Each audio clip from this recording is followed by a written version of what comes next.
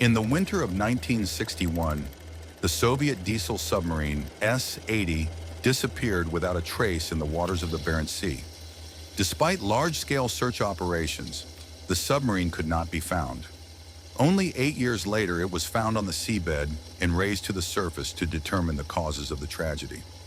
This is what we will talk about in our issue. The 1950s were the peak of the Cold War between the USSR and the USA.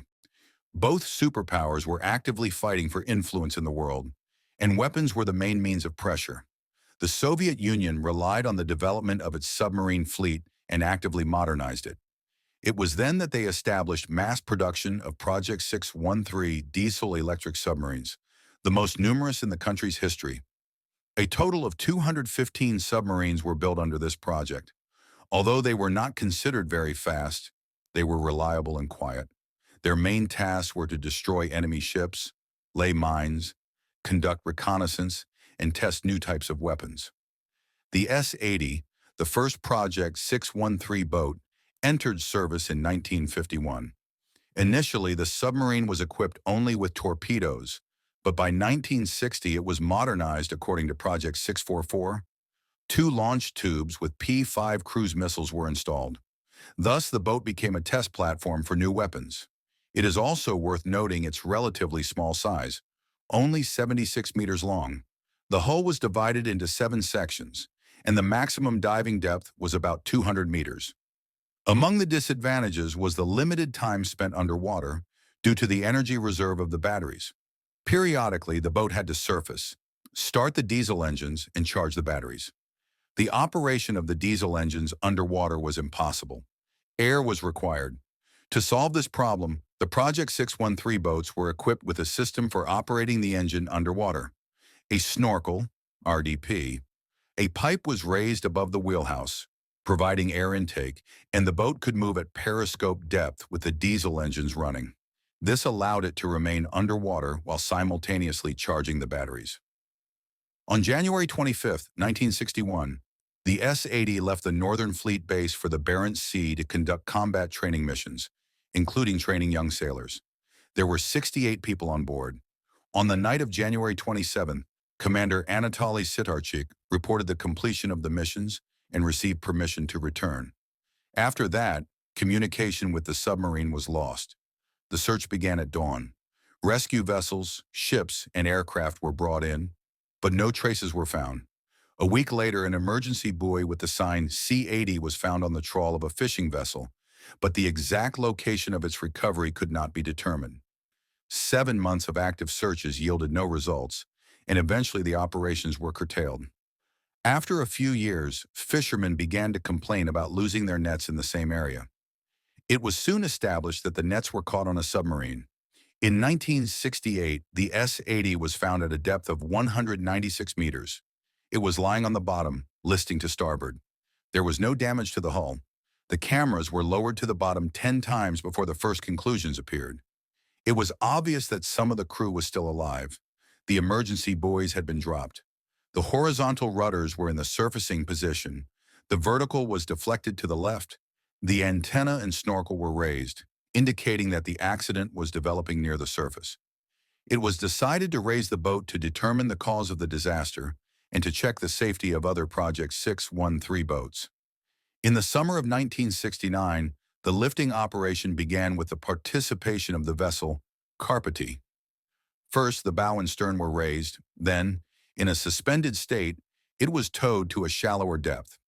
There, divers installed pontoons, and the boat surfaced. However, when draining the compartments, there was a risk of torpedo explosion. The possibility of destroying the submarine was even considered. The problem was solved by an unknown miner, a captain of the second rank, who, on his own initiative, defused the torpedoes. After that, the compartments were drained, and the causes of the disaster were analyzed. The commission came to the conclusion that the disaster developed rapidly. On the night of January 27, the S-80 was at periscope depth, with its diesel engines running. Due to the storm, a wave washed over the air intake, and water went inside. The valve that was supposed to close automatically did not work. It was frozen since the heating was turned off. A powerful stream of water entered the boat through a 45-centimeter diameter snorkel. One of the sailors tried to close the shaft manually, but made a mistake in the controls. Either mixed up the handles or turned in the wrong direction.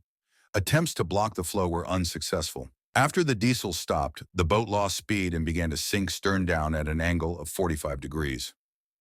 Blowing out the ballast tanks was ineffective. Water penetrated the hull. All this happened in less than a minute. The compartments began to flood one after another. The inner compartment bulkheads could not withstand the pressure. Compartments 2 through 6 were completely flooded. 44 people died there. Only 24 sailors who took refuge in compartments 1 and 7 survived for some time. They released emergency buoys and released air from the torpedoes. Calculations show that they could have survived in compartment 7 for up to 6 hours, but then the water broke through the bulkhead. 10 people remained in compartment 1.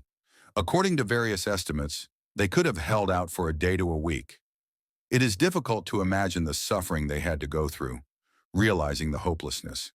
After raising the submarine, the specialists had to go inside. It was especially difficult for those who inspected the compartments for the first time. Vice Admiral Rostislav Filonovich recalled that after diving to the bottom, the crew was doomed. It was impossible to get to the surface on their own. Rescue technologies for such depths did not exist at that time. The remains found showed that the commander was not in the central post. He was found in the second compartment. A table was also set there. The command apparently was in different parts of the boat, which made it difficult to make decisions. There is also an opinion that the boat changed course abruptly, possibly to avoid a collision with a foreign vessel. This was indicated by the deflected rudder. There is also a version about a manufacturing defect, poor quality assembly of the snorkel, due to which the valve did not close hermetically. Many questions remain unanswered. The S-80 crew was buried in a mass grave in the village of Olenya Guba, where a monument was erected. The submarine itself was deemed beyond repair and destroyed along with the torpedoes. The wreckage was later cut up for scrap metal. The investigation materials were classified. Following the tragedy, the Navy developed new systems to detect overboard water, improve tank purging, and change the design and controls. The results of the investigation were communicated to all personnel. Changes were made to the submarine survivability manual to ensure that such a thing never happens again.